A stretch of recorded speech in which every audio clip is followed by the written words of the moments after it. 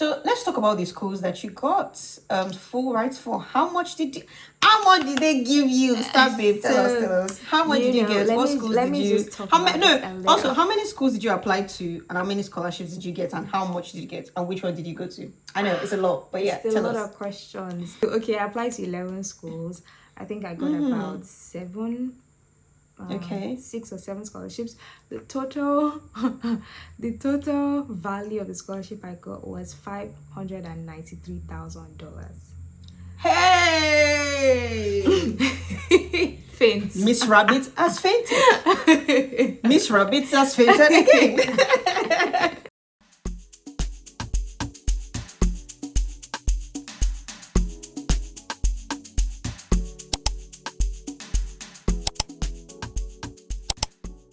Hi guys, welcome back to my YouTube channel. I'm so glad to be back here speaking to you. In today's video, we're going to be talking about how to get scholarships in America. Yeah, the US of A. How do you get scholarships in America? How can you move to America for free without spending a dime of your money? At least in the whole process of school fees and stuff, because you pay for a flight sometimes. Anyway, kidding. But how do you move to America for free? And in today's video, I have a very special guest with me. Come on, give her a round of applause. A very special guest with me that got 3 full funded scholarships to study MBA in America. And I think that is so amazing. And I brought her today to share a story with us. I'm going to allow her to do her intro. Hi, Fisayo. Or do you want me to call you Gracie? What do you want to tell me? Hi, everyone. Hello. Hi, My name is Fisayo. People call me Fisayo, Gracie, Abby. I have many names, but I'm very happy, excited to be here. Yes, I got 3 fully funded scholarships for my MBA in the US. Very exciting feat in quotes then in 2020. I'm going to be sharing more about that as we continue in this video. And also, interestingly, during the application process, I didn't even pay to apply, so I'm going to be sharing more about how I got application fee waivers and how you could implement these tips as well in your own application. Things I love to hear. She didn't even pay application fee. Do you hear that? That's a star girl right there. So let's get into it. So Fisayo, I want you to give us an overview of what the process is like. Personally, I feel like applications to America were so confusing for me because I just hear people talking about round 1, round 2. I'm like, which one be round 1, round 2? Are we in WWE? But like, just give us an overview. When do the applications open? Who can apply? Can someone apply with an HND? Do they need to have had a BSc? Is there age limit? What are the timelines for application? When does it close? What are the exams they need to write? Do they need English proficiency? Just give us like a brief overview of, what it is to apply to America for school. That's a good question. Honestly, I didn't know that the concept of rounds was a bit confusing. As I had people ask me like, what are rounds? I'm like, okay, it can be confusing. But the application rounds are simply cycles within which applicants or students can put in the application. So typically round 1 for the MBA opens around September and closes like November or early December.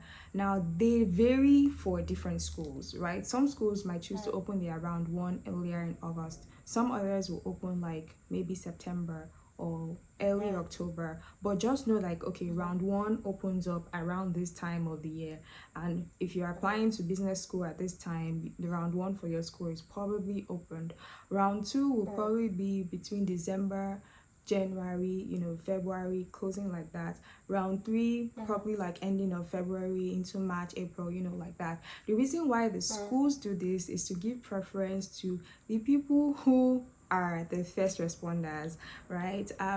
If you're trying to get scholarships, so the earlier the better, basically. If you're trying to get scholarships, very good for you to apply round 1, round 2. When it's getting to round 3, you can imagine that if the school has a quota of like 500 million to disburse to students, the pool is getting dry. Exactly. So when you are applying at the later rounds, the possibility of getting funding is slimmer. It's not like it's impossible, but it's just that more people would have taken that at the earlier Yeah. rounds. So that's on the rounds. On the types of, or who can apply, right? The kind of examinations you should write. It depends on the school heavily. For the MBA, you have to write either the GRE or the GMATS. Okay. Some schools have programs where they waive the GRE or the GMAT for some students based on whatever professional experience they have or their capabilities, or you could just pay an amount to have that waived. So different schools have different options for that. But if you are trying to get a fully funded scholarship, it's always nice to support your application with an exam, because you're competing with very bright-minded people all around the world who are coming with like GRE scores of like 315, you know, GMAT scores Over of like what? 315 over what? it's over 340. 340 or 320. I Can can't. you just I'll still ask you a question about the exams, but just continue. Yes, you know, GMAT scores over 700, and you're just coming there with like no score at all. Like, how do you expect to be competitive? I'm not saying that it's impossible. No, I've seen many people who actually get funding without those exams, but just so that you are putting your best foot forward, it's always good to have a solid application. So in terms of your exams, you've nailed it, gotten good scores. In terms of your essays, you've nailed it, gotten good scores. In terms of the interviews, you know, you passed it well, you sold yourself, told a good story, you did your research on the school, you know, to find out what they exactly like in students. So one thing you should absolutely know is that no school is the same, and no school is looking to admit the same type of person. They always have some things that they're very particular about for students. So some schools, like, you know, the Harvards, they're like, oh, you know, community building, you know, people who are leaders. You know, some schools are like, they want people who, you know, want to get into some type of industry, you know. So you need to know what a school is focusing on, and do some retrospection and see, or introspection rather, and see, okay, what part of my story, what part of my experience aligns with what the school wants, and then put that forward every time you're speaking to them. I think you've mentioned some very salient things, but the only thing I'm hearing, if I'm just like fresh out of uni bachelor's person, I'm just like, oh, more, this is a lot of work, this is a lot of research that needs to go into this. So all these things that you're talking about, is it information that is readily available online? Like, if I just go on the website of a school, can I find all these things, or is there a particular way that I need to do my research to be able to know what is this school actually looking for, especially when it also comes to GRE, GMAT scores? Do they say, oh, you need to get a certain score, or they just leave it open-ended and you just use your brain to know I need to get a high score? Like, how do you know when you're on the right path? How do you, because you don't know what you don't know. Right. Like, how do I know that I need to go and look for this information? Where do I even find this information? Okay, so there are two broad ways. The first one is looking online. Online is the school's website. You can literally check the school's, just put the name of the school on Google. If you say you don't know the school's website, put the name of the school on Google, you find the school's website. Then you open it, you look through the admissions, look through their full-time MBA program, look through their courses, look through their admissions committee, look through everything that they've written in terms of like events. Fill yourself with knowledge from what is available publicly. The second route is through speaking to people. Now, I typically break this down in terms of speaking to ADCOMs, that's the admissions committee members, speaking to current students, and speaking to alums. So those three sets of people will give you perspective in different ways. Now, let's start from the alums. Alums have graduated from the school. They went through the program maybe a year, 2 years, 3 years ago. From their experience, they can tell you, okay, this is how I got in. I think this is what made me stand out in my application. Or this is how the school helped me to get into this industry that I'm in, okay, currently. So how do I find these alums? I go on LinkedIn and look for them, basically. Literally, like, just go on LinkedIn and put the name of the school. So you put the name of the school, and then you go on the tab. So, you know, you have home, about us, home, about people, jobs, if there's anything like that. So look at the people, and then you see the students, and then just like see how to connect with people. Or in the search bar, you can just type the name of the school and type like Nigeria. If you're looking for students who are from your country. So I'm Nigerian, right? We're Nigerians. If you're looking for people from your country who went to a particular school and are currently in that school, you can just use the search feature and put those filters and you find people. The same goes for current students, alums, current students, but admissions committees, you members, you most likely find that information on the school's website, or by getting recommendations from current students. They can lead you to, okay, who is the right resource that I should be talking to in the admissions committee. Thank you, Fisayo, for everything that you've said so far. So let's go to the application process. How can somebody put in a good application? What makes an application stand out? What do they even request for in the application? There are some schools that you need to do English proficiency tests for, but some schools don't mind if you just bring your WAEC and you had a good grade. What are the things that they're looking out for? And also, can you speak more to what GRE and GMATS means? Like, let's say this is my first time. What is GRE? What is GMATS? Please, can you tell us a bit about these things? Okay. Also, yes, one more question. How do I select the right schools? Like, how do I know what schools to even apply for? There are like hundreds of schools in America. How do I know what to look out for, especially when I'm trying to get scholarships? Okay. All right. You've asked me like 2 million questions in one. Just like bundle it up. So I'll start with the most recent question. How do you choose a school? You first need to know what your priorities are. Okay, are you looking to get full funding? Are you looking to get into a top highly ranked Ivy League school? Are you looking to just be in a particular location in the United States? Are you just trying to get into a different industry from what you currently are? Think about it's possible, because I know some people who got into top Ivy League schools on fully funded scholarships. When I was applying, I didn't know that was possible. I thought it was only from like the top 20 schools to like maybe top 50 schools in the United States that can possibly give you full funding. But from speaking to people, I found that like the top 1, 2, 3 schools actually give full funding too. But those are rarities. It's not very common and it's not publicly talked about this in the same way. But in terms of how to choose a school, the question boils down to you as an individual.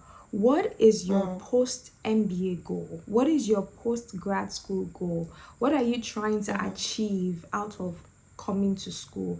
Are you trying to get into a job? Are you just trying to change your location? Are you trying to increase your knowledge in a particular field and use it for like venturing into business?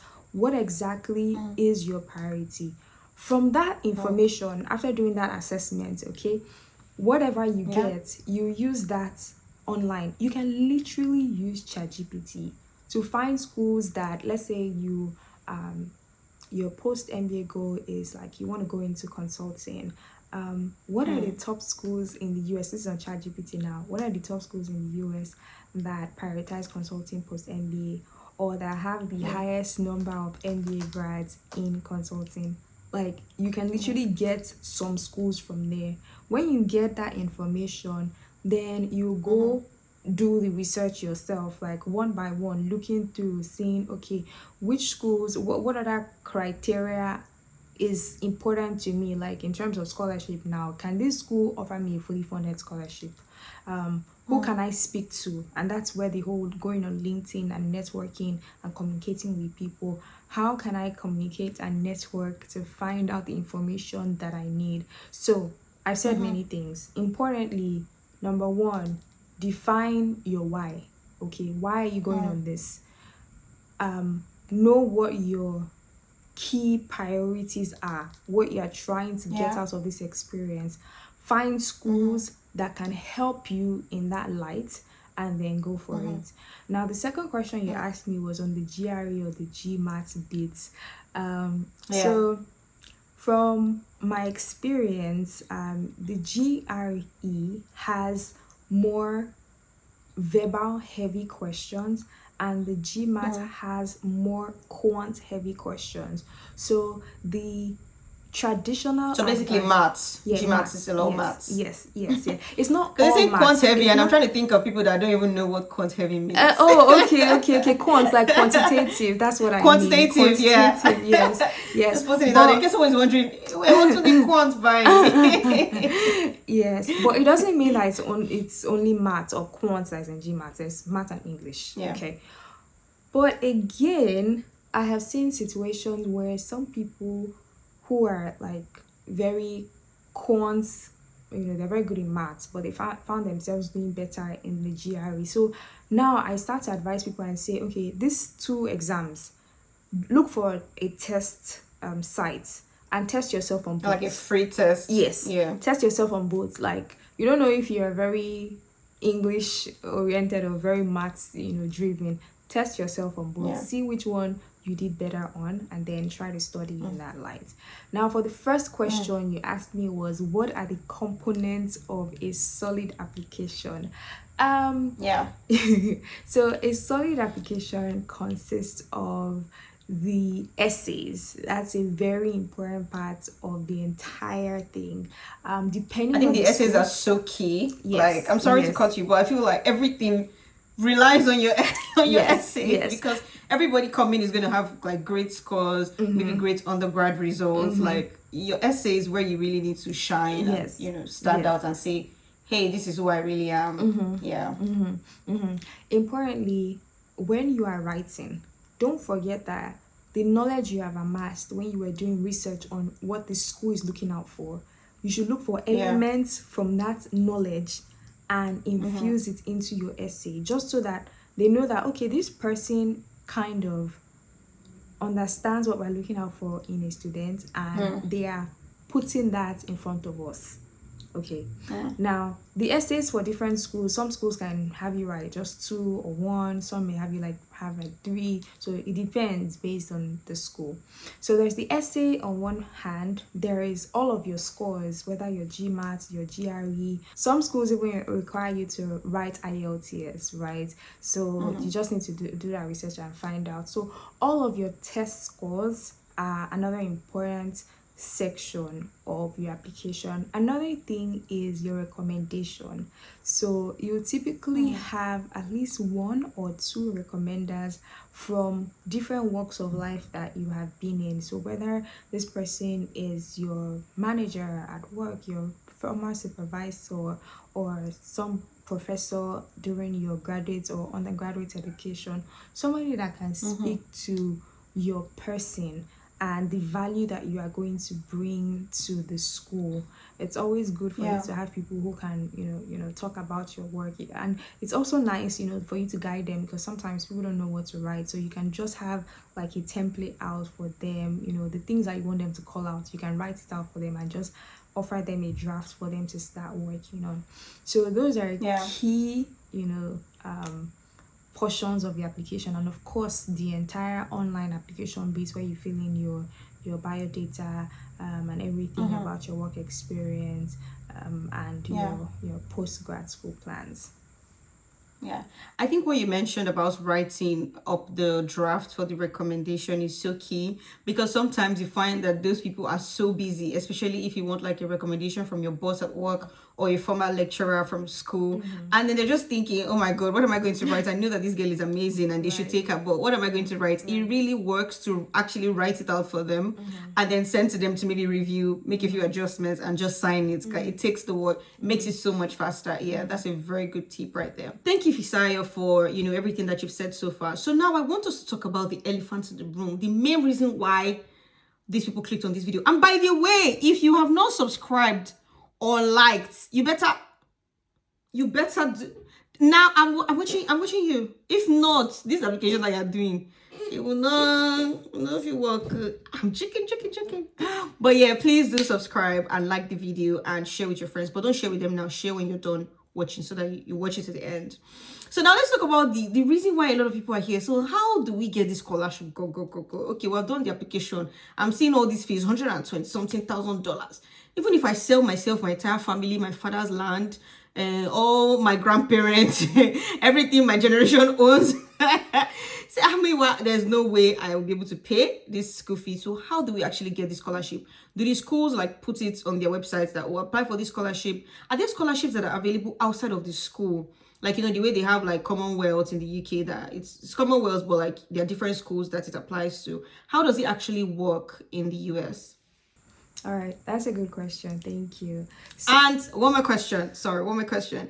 Can you give us like examples of the scholarships, maybe like names, and maybe some schools that are, I don't want to say notorious, but schools that are known for actually giving, you know, scholarships, so that maybe those are schools to prioritize. Yeah.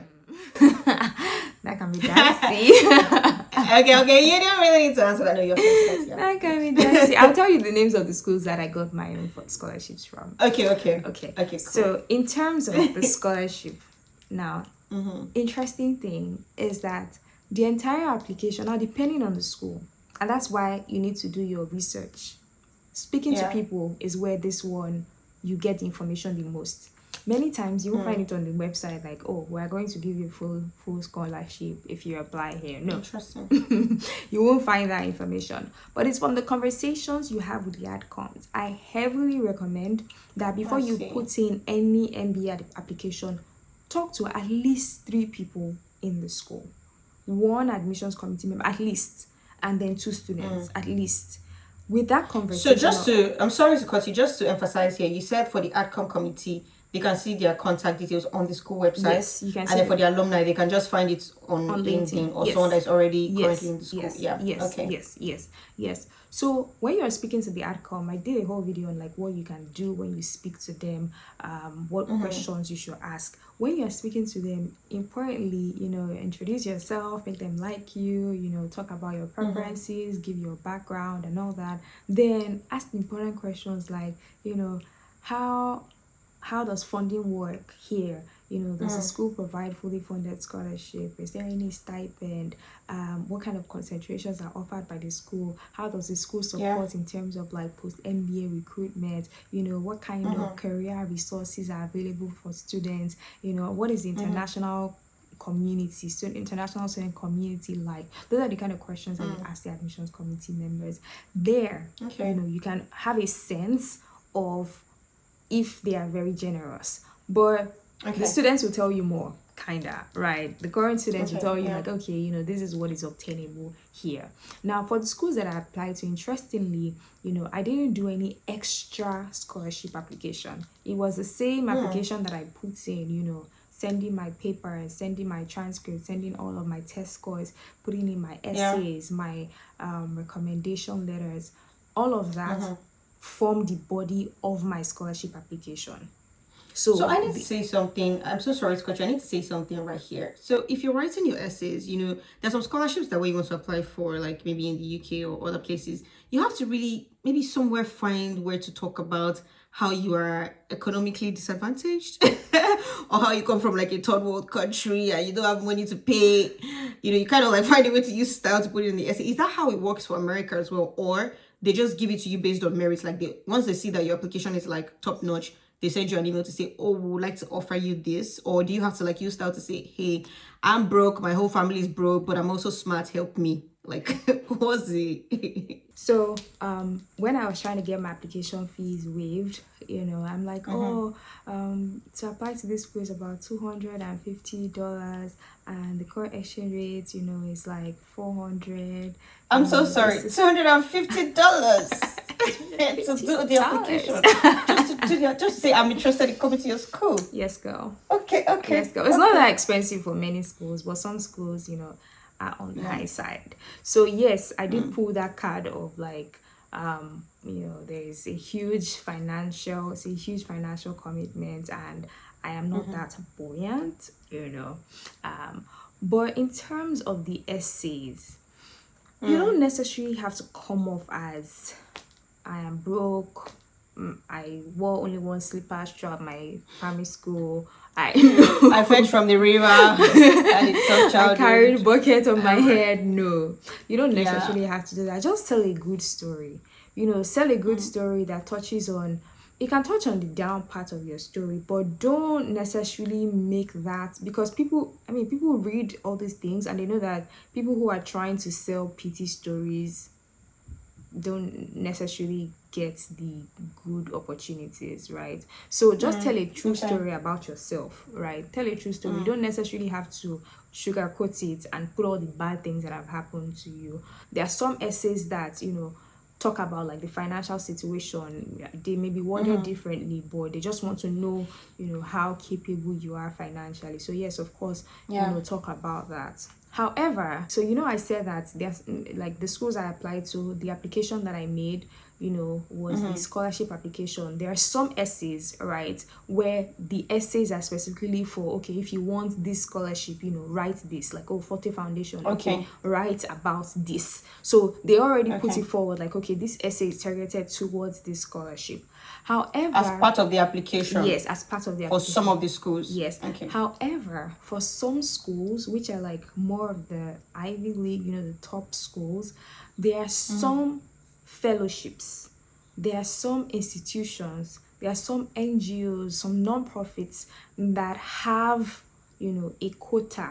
They have an amount that they usually disburse to some high-performing students. So you need to find out what partnerships or which of these organizations partner with the school that you're applying to, so that in addition to your application, you can also apply to the foundation or the fellowship and also get it.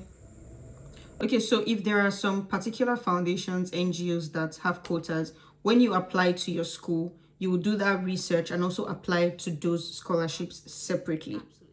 But in your own case, you didn't have to do that. I did not have to do that. But don't rely on finding that information out on the school's website.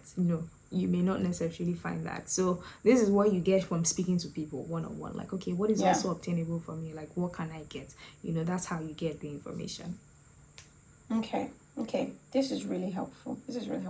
Okay, so let's talk about the schools that you got full rights for. How much did they give you? Stop it. Tell us. How much did you get? What schools did you? How many schools did you apply to, and how many scholarships did you get, and how much did you get, and which one did you go to? I know it's a lot, but yeah, it's a lot of questions.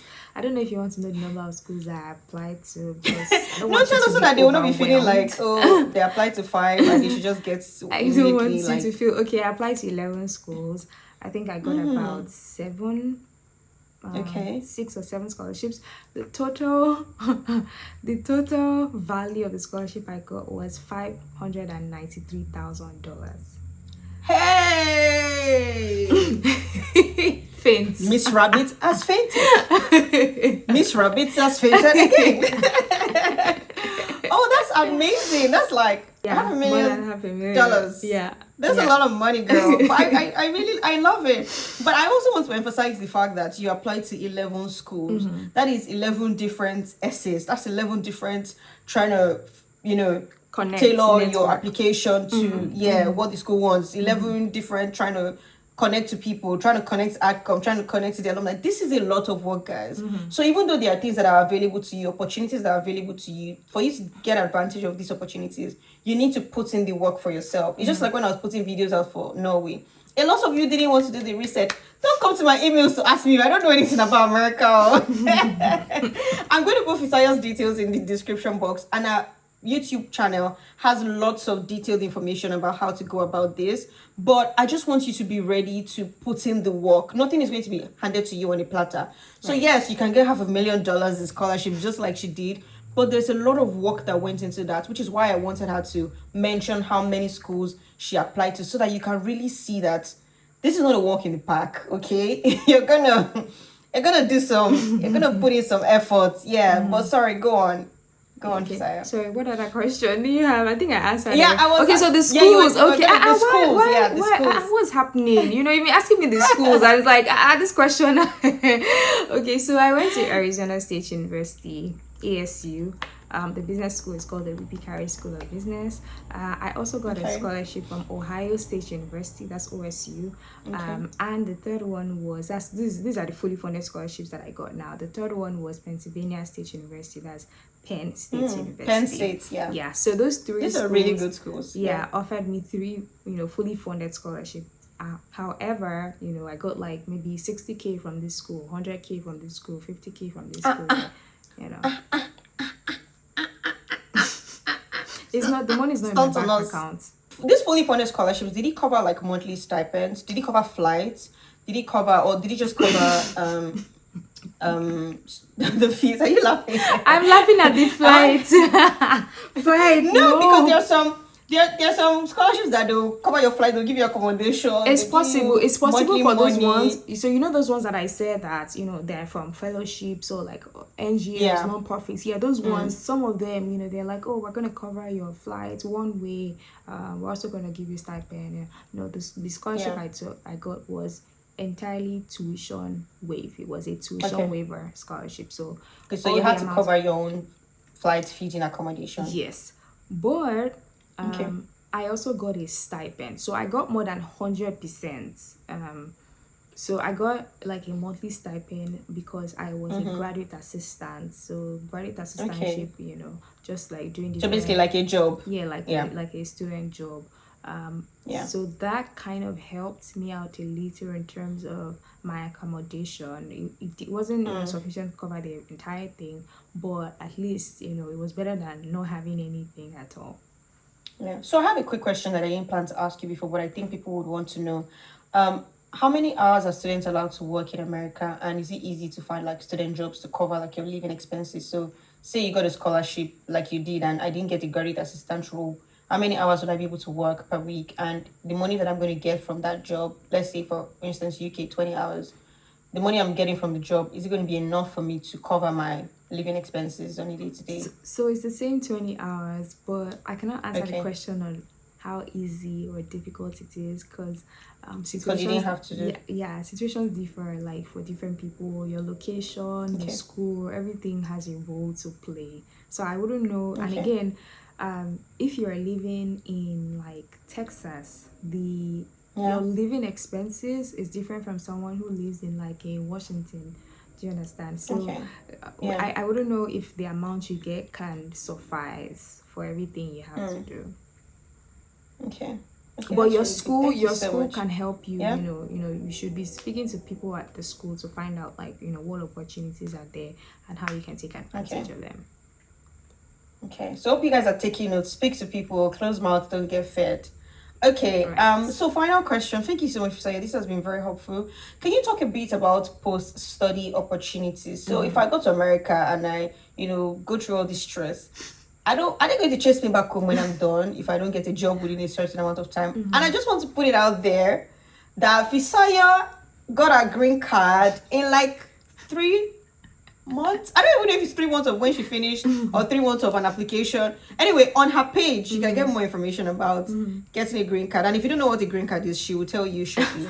But Fisayo, we're not going to talk much about that. But yeah, just tell us a little bit, or I don't know, about post graduate opportunities, how easy it is to get a job, and what are the immigration rules. Do you have to like leave after a certain time if you don't get a job? Do jobs do sponsorship? I was saying earlier that the American system is a lot of corner that is not straightforward, because you hear that there is lottery and that the company might not sponsor, they cannot sponsor you to stay, and they cannot do this. Like, can you just demystify this confusion for us? Okay, all right, good question. So when you get into the US, for instance, you're in an MBA program, if you attend a STEM designated school, right, you have the opportunity. A what now? STEM. Did you say? Okay, STEM. STEM, yes. Okay, STEM. Science, Yeah, tech, okay. yeah. So if you attend a STEM designated school, and how you find out this information is you can find that information publicly on their website, or by when you speak to the admissions committee members, right, to find out if the program is STEM or non-STEM. Now, if you go to a STEM school, you have the opportunity to have your OPT extended by 2 more years. And by OPT you mean? By OPT is optional. OPT is optional practicum training, right? So that is your 1 year for you to practice what you have learned in your program, in school, which is like the opportunity you have to work. So if you go to a STEM school, then you have an additional 2 years after the 1 year, right? So that means you so normally, I'm sorry, that 1 year you're talking about, 2 years after the 1 year, is it after the MBA or after your MBA or masters? You have 1 year to stay. Yes. And then when you are STEM designated, you get an additional 2 years, Yes. so 3 years in So total. that's 3 years in Okay. total. Yeah, yeah. But if you Okay. go to a non-STEM designated school, then you have 1 year. Okay. Now, worst case scenario, you go to a STEM designated school, 1 year. What does this mean? It means that in that 1 year, you should be able to find an employer that can file for you, either by putting you in the lottery, which is the H1B, or by actually filing your green card for you. Or Okay. you be proactive and file for yourself, which is what I did. Okay. So I hope I have demystified the confusion a little. But many times, and that's why it's important, like, okay, give yourself some slack, right? Extra time. Just apply to a STEM designated school and get in. So at least you know you have 3 years to figure out that whole like employment process. Even if you were put in the lottery and you didn't get selected the first time, you know, there's still a second time. You know, you still have the opportunity to find information on filing for yourself if that's the route you want to go with. Yeah. So to clarify, these STEM designated schools, you don't have to study a STEM course. No. Even if it's like a business course, so far it's in a STEM designated school, you have this opportunity. Yes. Okay, cool. And the whole lottery thing, is it yearly? Is it once per year that you can apply for it? No. Or so the H1B, they even started doing it like 3 times in a year. It was typically 2 times, but I know that like they're like extra quotas and they're trying to like do some extra lottery systems. So you can either have it like twice in a year or even 3 times. And you pay to get into the lottery? No. You pay to get into the lottery, or you just free so to get into the lottery? If you work for an organization, the organization will put you in for the lottery. Okay.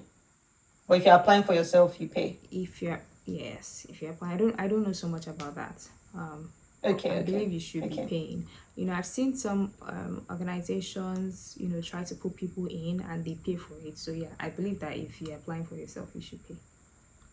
Okay. But you got your green card how many months after your MBA? Are you done? Yes. What did you do? Yes. Give us done. 2 seconds. Just tell us, like, in 1 minute, your name and what the Lord has done for you. So what the Lord has done for me, for my green card. So I actually got I share more about this on my YouTube video. I explained the entire process, but on Instagram I've been more of the I got it in 3 months, but technically I got my petition approved in 8 days. Like the petition that I wrote to apply for the EB1A, you know, it took 8 days to get myself like approved, right? And then after that approval was when I moved to the next stage, which is the adjustment of status application. So it was that one that now took 3 months, you know, for me to get it. Okay. So you asked me that don't know. Yeah, you asked me a question like, what is the green card? So the green card is a permanent residency card. So when you're a student, you're an F1 student. So your visa status is F1, right? Your status is F1. When you become a green card holder, that means you're a permanent resident. So the time starts to count for you to become a citizen of the United States. Okay, when you are still a student, you know how they say like in school, before your matric, like your name is still in pencil, and then when you do your matriculation, your name is in biro.